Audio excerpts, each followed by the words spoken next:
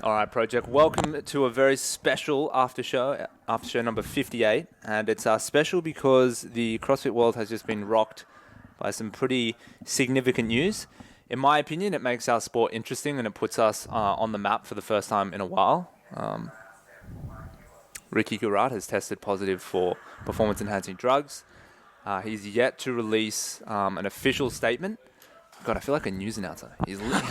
He's yet to release an official statement. But what we do know as a fact... I'm on the ground here at Mittagon. He has tested positive. So this is, for those of you that don't know, the highest-ranking athlete of all time in CrossFit's history to test positive for performance-enhancing drugs. So according to the article that CrossFit Games I think by released... like a long way. By a long way, yeah. I mean, the highest level before that was... I don't think anyone has tested positive at the Games. I think they've tested positive. There has been once. No, I think there was once. Okay. Yeah, like 3 years ago. I remember talking about it with Armin. There was like a guy, but he was like 30-something, and like I'd never heard of him. Yeah. And then this year, there was another guy who did qualify and got done after regionals. Right. So it obviously puts us in a very interesting position with the sport. First of all, it kind of, in my opinion, it squashes a lot of the doubts that we had about how they release the information from their testing results. There's a lot of rumors circulating that because CrossFit has complete control over... So the companies that test their athletes in CrossFit are hired by CrossFit, which is normal, but they can't then go and release the statements without CrossFit's permission, which is how it is in the UFC as well. But obviously CrossFit have been really transparent this time, and they've said, obviously Ricky's tested positive for steroids. So is that how it is in like the NFL and the MLB and that sort of stuff? No, it's different. I think because they're organizations. I think because USADA has its own right. So if you choose to bring in USADA or WADA or whatever, if they find a positive test, they release it straight away. Like they don't go to you, hey, we found this test. Do you want to release it or not? Yeah, it says they use drug-free sport as like basically people that do the testing, and they do NFL, NBA, MLB, NCAA. Yeah. So I think it's a little bit different. I don't know 100% people who are sure on this, but I do know, organizations like USADA and WADA and stuff just come out straight away and they just say it comes like, through them. Yeah, they test the positive straight away, and like the organization just has to cop it and deal with it. So. Before we get into that, we'll do our usual segment, the Netflix doco of the week. We've watched quite a few recently. We've got some good ones coming up in the next few weeks. But this week we have the Iverson documentary. That is, for those of you who don't know, Allen Iverson. Allen Iverson. Did you know about him before you watched the doco? Yeah. Okay. How did you know about him? He's a huge name, dude. I used to have his jersey. Like I'd obviously seen the practice videos, like everyone had seen that. Practice. But I just heard of him, yeah. Yeah, so did you how much did you know about him going into it? Because you don't play basketball. Like, you're way too short and uncoordinated. I definitely cannot play basketball. I knew he was like the best player to not win a championship. That's so weak. That's such a weak way of knowing someone. You can say that about anyone. No, I think it's like a little bit like dude's like the best player ever to like never win an NBA championship. Oh, I don't know about that. There's heaps of guys like that. Fuck, that's hilarious. No, that's just what I had heard. Okay, yeah, it's just funny. I think what he's most known for is he's like a gangster, basically. Yeah. He was like the most gangster dude to ever join the NBA. Like before that, they were all suits and ties and textbook, and he brought like the ghetto sort of hood element into basketball, which like is pretty mainstream in basketball now, or pretty widely accepted. So he was like very controversial at the time. It's kind of like it would kind of be like this. There's this fat guy that plays golf. I can't remember his name, but he like drinks and smokes beer and like swears and stuff. He's kind of like a Happy Gilmore of the PGA Tour. Like real life Happy Gilmore. Yeah. And he's like really controversial as well. By the way, if you're not watching this on YouTube by now, probably should, because we like to do stuff with our hands. Quick update on the training journal. Oh no, sorry, fuck. We're in the middle of the Netflix documentary. I'm jumping around. So... It's a really good documentary. It's good because I think it tells a side of the story about like really high level professional sports. It doesn't get told a lot. Not just the NBA specifically, but American professional sports in general. I think it's really good. There is like a really dark side towards it, like the money stuff, and like he was just spending money like crazy. Crazy. Yeah, and so he had no idea what to do. But my favorite bit of the whole thing was when he had like a really expensive car. I can't remember how much the car cost. Hundreds of thousands of dollars. Yeah. And he couldn't find the car. I actually can't remember if this was on the doco or if I just read about it after. I don't remember. Yeah, I think I was like researching a bit after, so he couldn't find his car right when he came back. He parked his car at LAX. They flew away. They came back. He came back. He like didn't know where his car was. He just bought a new one at the airport. He bought a new one. That's why he's got never money found the problems. car. That's why he's got money problems. They talk about the Reebok endorsement on the thing. Yeah. The deal for life Yep. that he got. Yep. Yeah. What was it? $800,000 for life. Yeah, apparently that's like not too rare these days. They do with a lot of them. Yeah. He basically gets a salary for life. Yeah. 800 grand a year or something, right? Yeah. Yeah. Forever. It's crazy. Forever. And he's still got money It's problems. to stop them having. Yeah. Well, imagine how much debt you can get yourself into. Like 800,000 might be nothing compared to the debt. But I think even like because it's still a salary, so it still get taxed like a salary. Yeah, it's not that. It's not crazy. Like, it's not going to help you get out of everything. What's his name still has that, actually? In, like, the NFL pension and stuff. What's the guy that killed his... O.J. Simpson? Yeah. He still has that. No way. Yeah, he still gets... Like, he's in debt, but he still... Like, he has a salary that's been banked up while he's been in prison. Hell, he just got out. Yeah, he just got out. Just got out. And like, he's getting a whole bunch of money from his salary that do he hasn't been taking. you think wherever he moves, the property prices will go down? Or like up. a black hole? Why would it go up? So he's a famous guy, super dude. celebrity. Fucking celebrity. Oh, my God. Oh, that's funny. That's a good doco we could do as well. You watched OJ on Netflix? I haven't watched it yet. Okay. Oh, so many to watch. So few So many after to shows watch. to do. All right, so tell me what's your rating? Because I went first last week. Actually really enjoyed it. 3.5.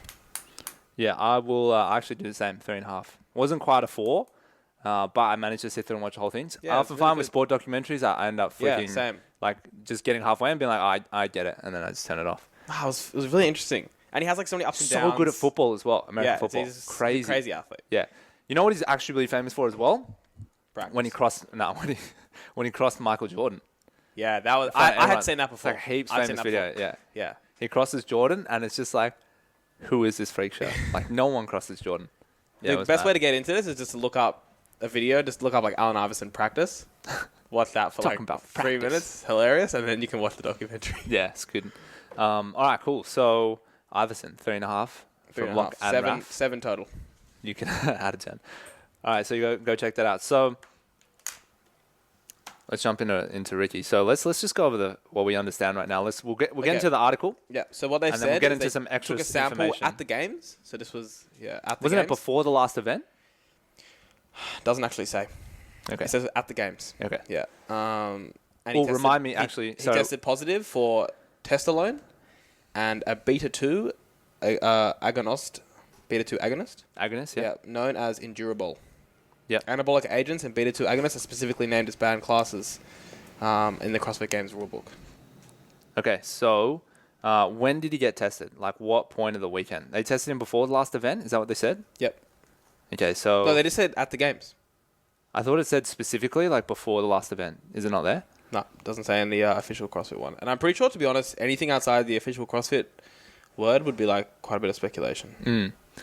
Okay, so I got some information from an anonymous source for now, unless he doesn't want to... He didn't specify, but we're just going to say... We're going to... Here's the information. Okay, so... Go for it. He says... So this person had actually been studying this molecule themselves in a lab. It's GW501516, otherwise known as Endurable. It was originally touted for obesity and metabolic disease, though it has been shown to have increases in aerobic endurance by up to 50% in mice models. So I'd say it's pretty good for CrossFit. They stopped studying it, however, because there was concerns it could increase cancer risks. Crazy. So obviously doesn't really care about getting cancer. It's mostly taken orally. It activates the PPAR delta receptor, which is highly involved in metabolism. So from this memory, the main way it works is to increase endurance, to maintain glucose homeostasis whilst activating oxidative phosphorylation pathways. It's easy to get and is popping up on plenty of SARM websites because it's unscheduled. So it's basically a research chemical that's not approved for human use. So it seems like you're kind of playing with fire. It's not really any of the more established performance-enhancing drugs that exist out there, but it might have been part of a stack. Who knows? Yeah, we should probably preface we don't obviously know if he actually did take the drugs, but this is what CrossFit said. It was tested positive. Yeah, I guess so. What do you mean he didn't? Could be like Icarus, bro. Could be reverse Icarus. Like they set him up. Like they're switching out the bottles. Look, there's always potential that CrossFit are lying to us, but it seems like, okay, this is... some people are going to go out there... I'm just going to say you can buy Testolone for $70. Okay. $70 US. Well, I think that was Endurable I was just talking about. I'm not sure about I'm talking Testolone. about Testolone, the first one. What does it say? It's $70. It's like says all the things you said. It's like SARM. Yeah. Okay. Anyway, so this is what people are going to say. People are going to say he was set up. They framed him. He didn't actually take it. It was tainted supplements. I think probably the biggest one people say as well is that they're all on it, and like they've chosen to get him, but they're all obviously on it. Yeah. So look, there's definitely truth to all of this, but there's always levels to it. Potentially truth, yeah. Some of those things might have no truth. But look, if this is what incentive do CrossFit really have for framing him? I mean, if they really didn't want him to win, and they wanted the next person in line, like they surely don't want their $76,000 back that badly. They're not trying to save money that badly. I couldn't imagine they'd be wasting their time with framing people at the CrossFit Games. Yeah, and think about all the negatives that this has on him. I mean, he's going to lose his sponsorships. He's lost his prize money. He's obviously a big part of his gym and his community at home. He's pretty fucked up. He's got they've got travel adventure company. Like his life is in serious turmoil right now. It's a really, really harsh thing to frame someone. So I highly doubt that he's been framed. So anyone thinking that? Well, to be honest, like if you framed someone and you got caught, the lawsuit that you would be up against would be like astronomical. Yeah. You could sue them for like the emotional damages of something like this. Right. You feel like I can't get a job ever again. Yeah. Like it would be through the roof. It would be life earnings. You'd be suing them for. Have you read that book in our bookshelf called "You've Been Publicly Humiliated"? Never read it. Who put it on the shelf? Don't know. It's interesting. Probably Roy because we always humiliate him. So yeah, I think that's pretty silly. I think like the argument when people say they see something like this and then they go, "Oh, the thing is like they're all on it." I think that's really silly. Like first of all, you have no idea they're all on it. That's just like. It's just not true that like because he comes third, like everybody's on it. This is the You way always it have is. doubts, but you always give them benefit of the doubt. Yeah. So this moment happens, right? Like I really don't think they're all on it, and like we know people that can basically get to that level without it. So I find it very hard to believe. I think there is some truth to the thing. Like I have no idea if he did do it, but if he did, like the guys that come out of nowhere and do get good really quickly is often an argument. What do you mean? For guys that like maybe more likely to have done it. Yeah. Guys that like do progress really really fast. Yeah. Are you saying he's one of those guys? Yeah, I'm just saying like that is a thing Right. that people often say, like the guys that come out of nowhere. Like it's unnaturally fast progression. Yeah, unnaturally fast progression. Whereas someone like Matt Fraser, like dude's been lifting weights forever. Yeah. But I think the only like realistic, like when people get into conspiracies, like the only realistic one I could ever give someone that is like maybe legitimate is that they do catch more people and they choose to release some that suit their like business model or.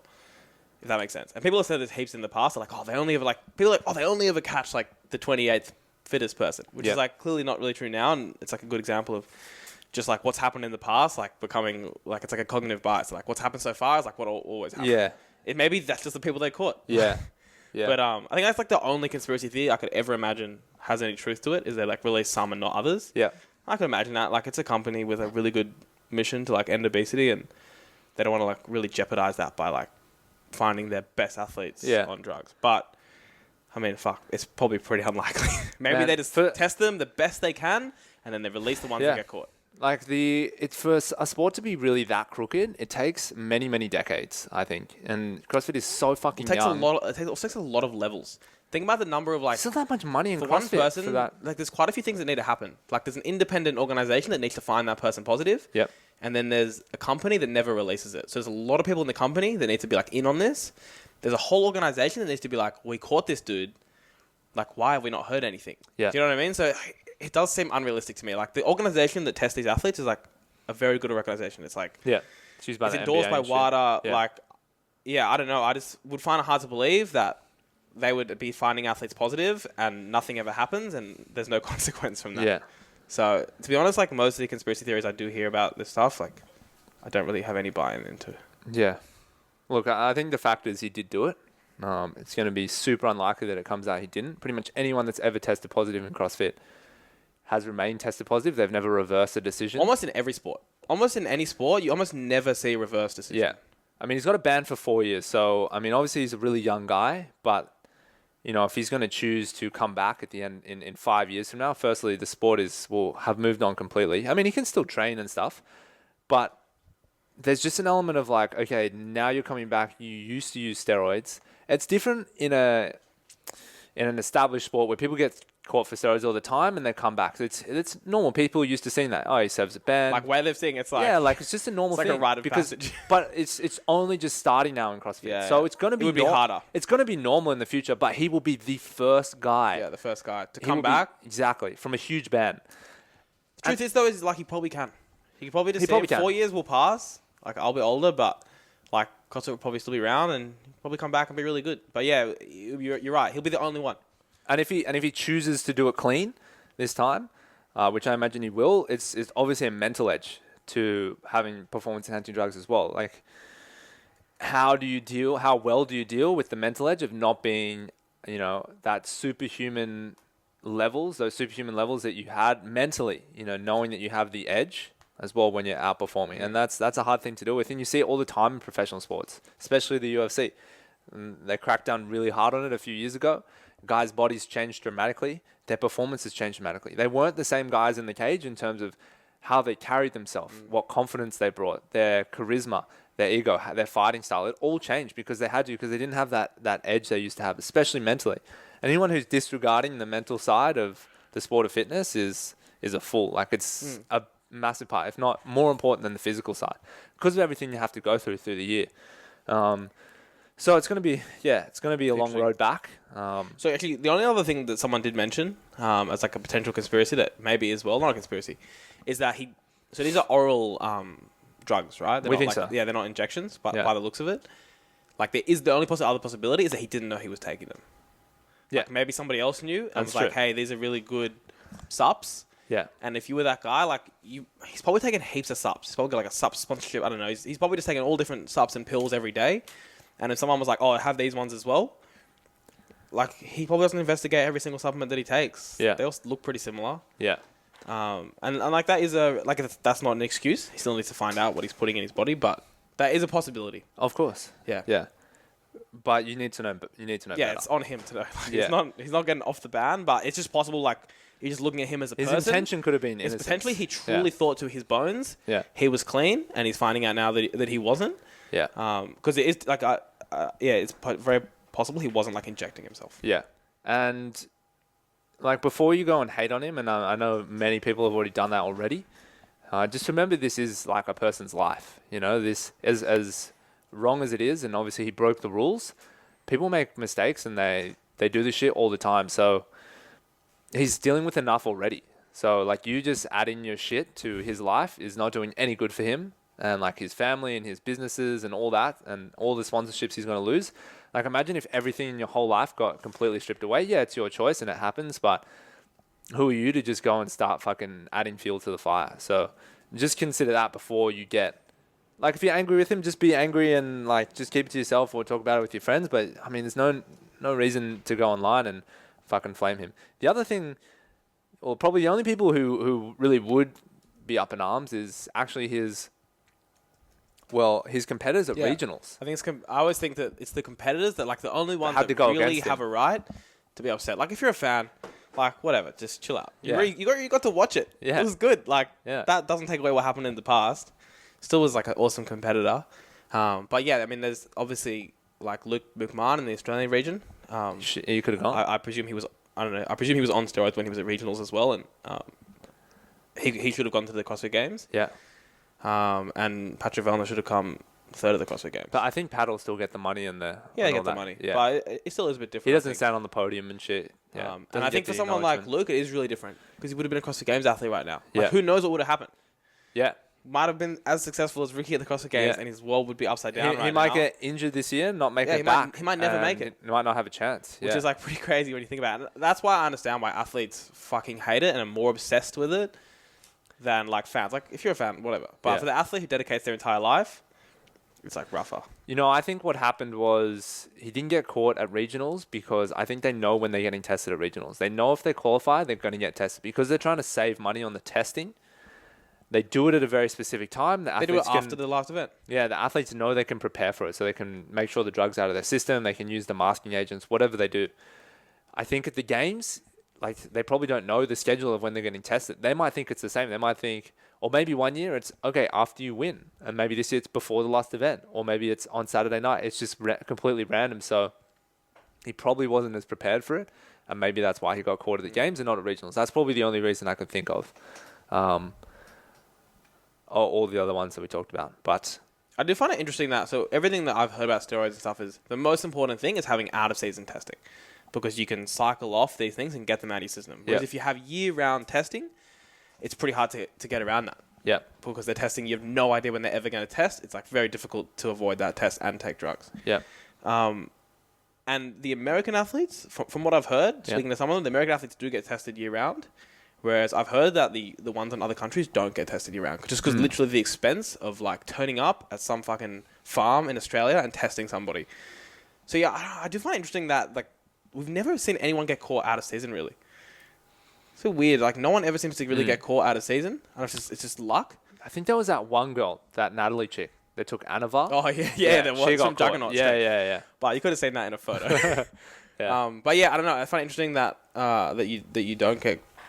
that people haven't got caught out of season. But I think that is also like the last... to really stop people doing this. Like, what if he was on steroids? He should have got caught ages ago, optimally. So I think you really can't say that this thing has been like stamped out pretty well until all the athletes are getting tested all year. Yeah. And I'd say as if the sport continues to grow, which it's a bit unknown if how much more it will grow, but let's say next year the prize money is $3 to $1 million. I guarantee you, for the years to come, you're getting a lot more positive tests. The incentives are getting higher and higher as if the sport continues to grow, how it's growing, for people to take performance-enhancing drugs. That is why he's taking it. It's because now it's actually worth risking putting something in your body that we don't know about that can increase your risk of cancer. I mean, they stopped it in human studies because it's going to give you cancer.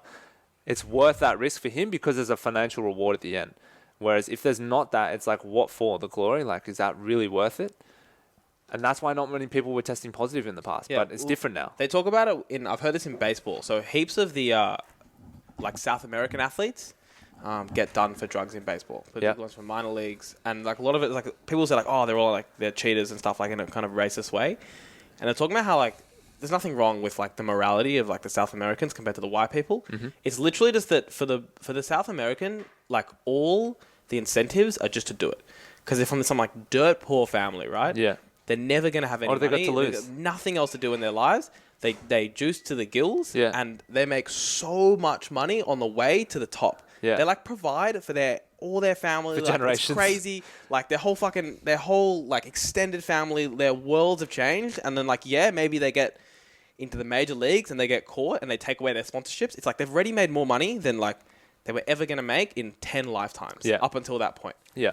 And they might never get caught. And then, like, their name is ruined. They can't play baseball again. So they go back to what they were going to do before. Yeah. And this time they got a mad house. Yeah. And, like, they might have hundreds and hundreds of thousands, millions of dollars saved up. Yeah. These guys signed $20 million, $30 million contracts. Yeah.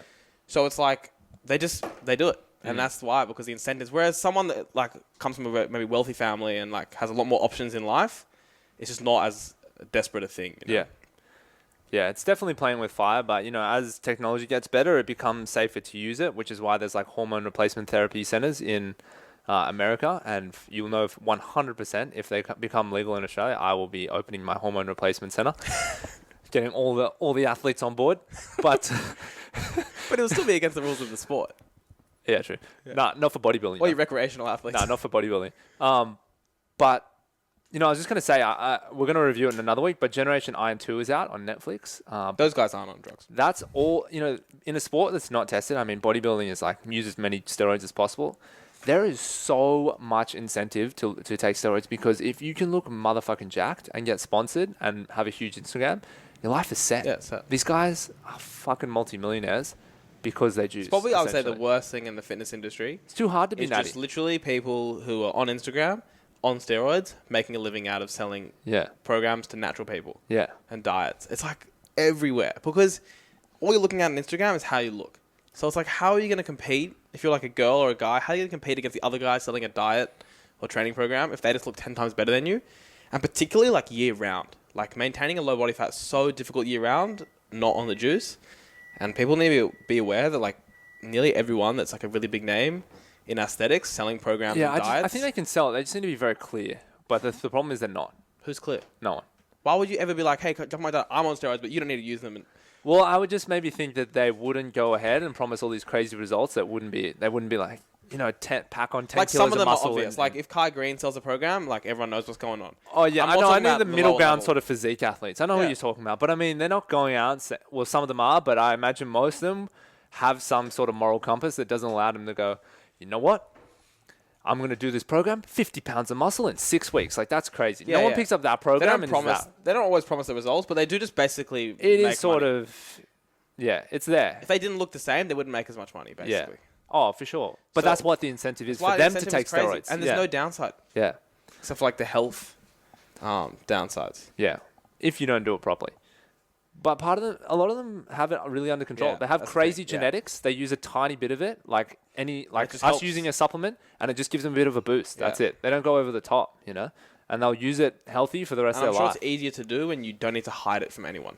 Yeah. You don't need to hide it. So you're like, No. oh, you're like, hey, I'm on this. Like, can you It's help legal. me? You got the doctor Yeah. helping you. Like, it's just a little bit of boost. He's not going to throw you so far out of whack that all your natural systems will shut off. Yeah, it's interesting. Anyway, we'll wrap up with this. Thanks for listening so far. So we've got a listener question. This guy wants to be named anonymous.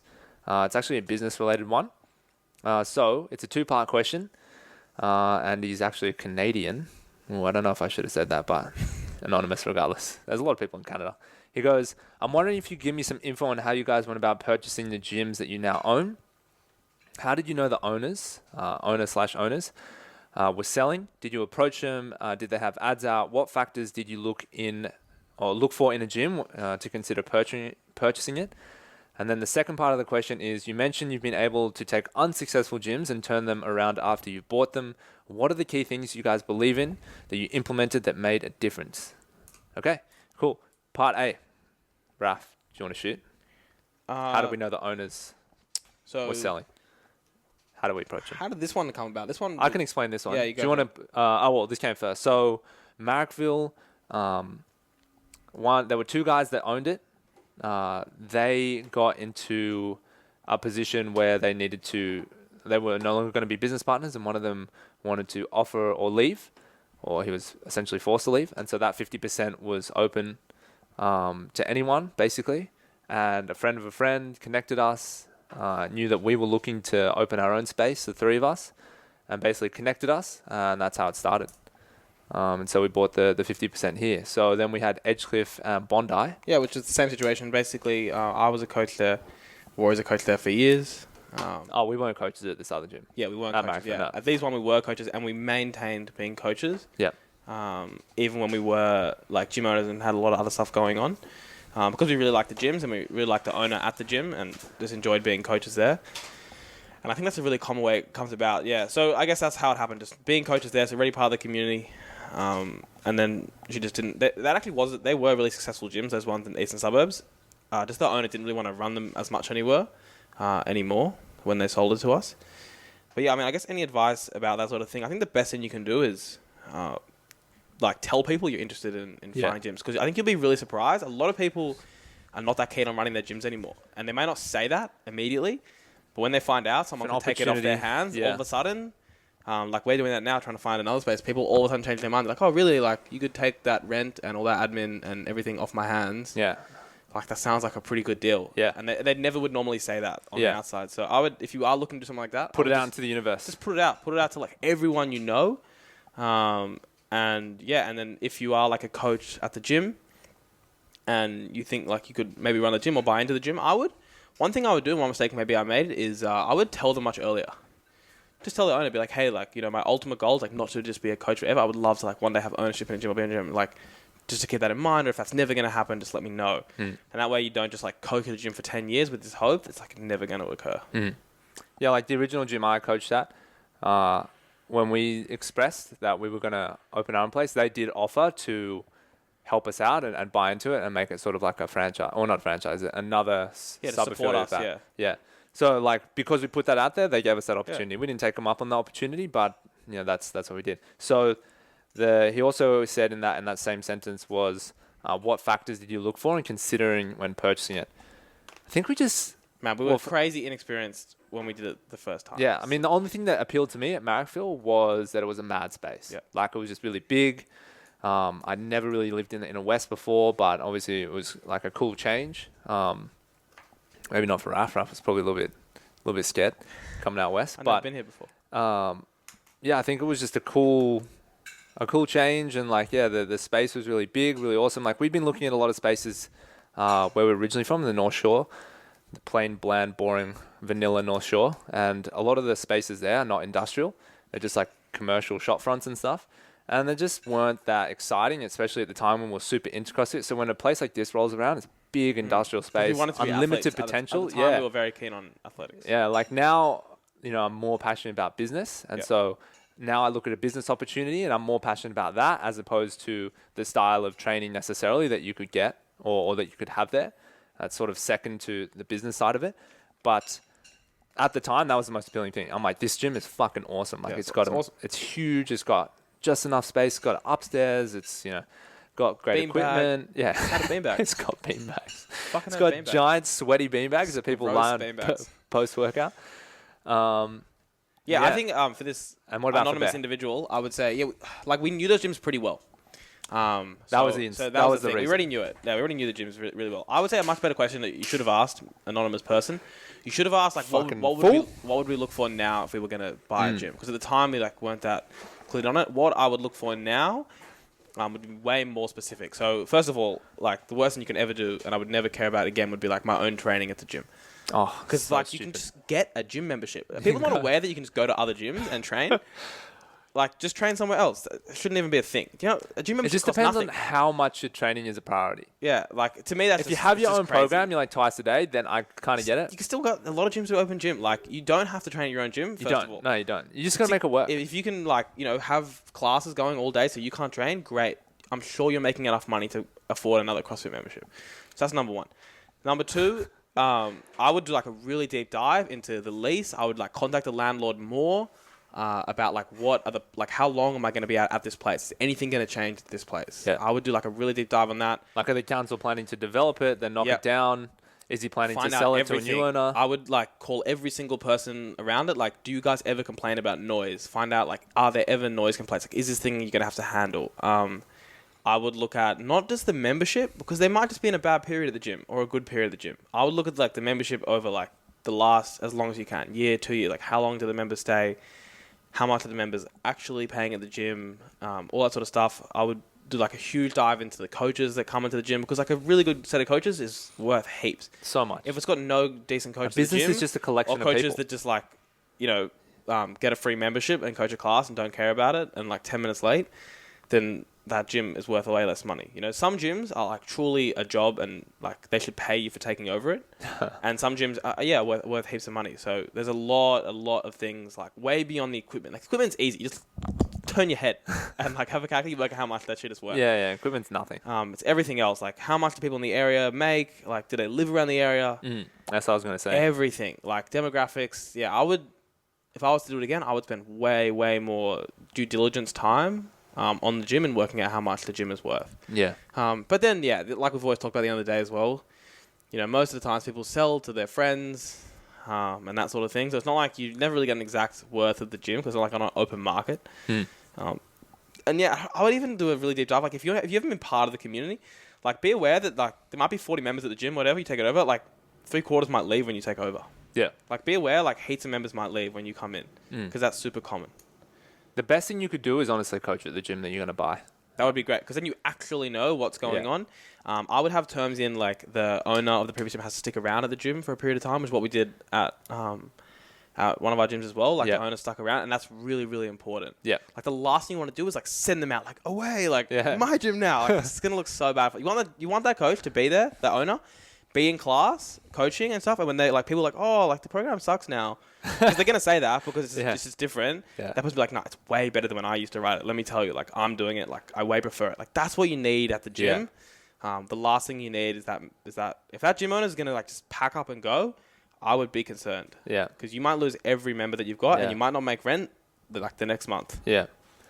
Probably the only other thing to consider is what gym are you taking over? Are you taking over an established strength and conditioning studio and you want to make it a private women's only PT? Or are you taking over a CrossFit and want to turn it into an F45? You're taking over F45, you want to whatever it is, however you transition it, the more you change, the harder it's going to be, which is fine. But if you have different ideas as to what's in the gym now and you're going to take it over, you could really be fucking yourself pretty hard. So just remember that, you know, the best thing that you can be doing is, coaching at the gym and basically making it as seamless as possible. And if you are bringing in big change, doing it as slowly as possible. Really slowly. Just keep everything the same for a while and then just slowly make change and then just deal with a little bit of change. If you try and change it all at once, you're really going to fuck yourself. A really good idea that I've been thinking of recently, and feel free to steal this, but if you want your own space and you want a membership base before you move into a space, so you basically have paying members on day one, start a boot camp nearby. Find a local park in a really good area that you like, start a boot camp, and then you'll be on your way to moving. Then it's just a matter of time of finding a location. If you've got like 30, 40 people, you know, paying your boot camp, it's like, hey guys, it's really good horizon. Like, we're going to be basically training in like an awesome setting soon, you know, in a gym. Like, if we're not going to be love cold you at in a boot winter camp, anymore. I find it hard to believe they wouldn't follow you to a gym around the corner. Yeah. So there's that as well to consider. And then the last part of his question was, it's been a long one, Raf. He goes, you've been able to turn unsuccessful gyms and turn them around. What are the key things you believe you implemented that made a difference? Yeah, probably already answered it. A lot of the key things is just like making sure that you change slowly, having the right coaches, and just being ready to go through the downs as well as the ups, because it's all part of it. You're going to do really poorly. You're going to do really well. Like, we still have bad days. We just had like a really bad month. So that's just how it goes. But it doesn't mean that the next month is going to go down necessarily. If you work hard and you just keep doing what you believe in, then, you know, it's just all part of it as long as it trends up. Yeah, you just got to... Yeah, you got to really assess like how much time you're going to have and that sort of thing when you go to that gym. So if you're like buying a gym, like you do have a full-time job and you're never going to be there. Because if they go from a gym where the owner's there every day and like high-fiving everyone to a gym where like you're never there because you have another gym, or like they're going to notice that in a non-positive light. Yeah, for sure. All right, cool. Well, hopefully that was helpful. Guys, remember, you can pick up the training journal. Did we talk about the shipping? No, we haven't talked about it yet. So for those of you who... I sent out an email last week, and it was basically about, you know, we had a lot of people sign up for the training journal mailing list. A lot of people are interested, hundreds of you. And then not everyone off that list then continued on and became interested and purchased. The reason why was shipping was too expensive. So I've changed my mind. We've changed our mind. We've decided to open free shipping for a single journal for all US and New Zealand. Australia already has free shipping. So anyone who orders a journal in the US and in New Zealand, you guys now have free shipping as of this moment. Okay, so go to the mymuscleproject.com/the training journal and you can order your copy. Remember, this is the only run that we're going to do of training journals. So make sure that you pick up your copy and we're almost at that pledge goal. All right, awesome, cool. guys. Get behind it. Thanks, guys.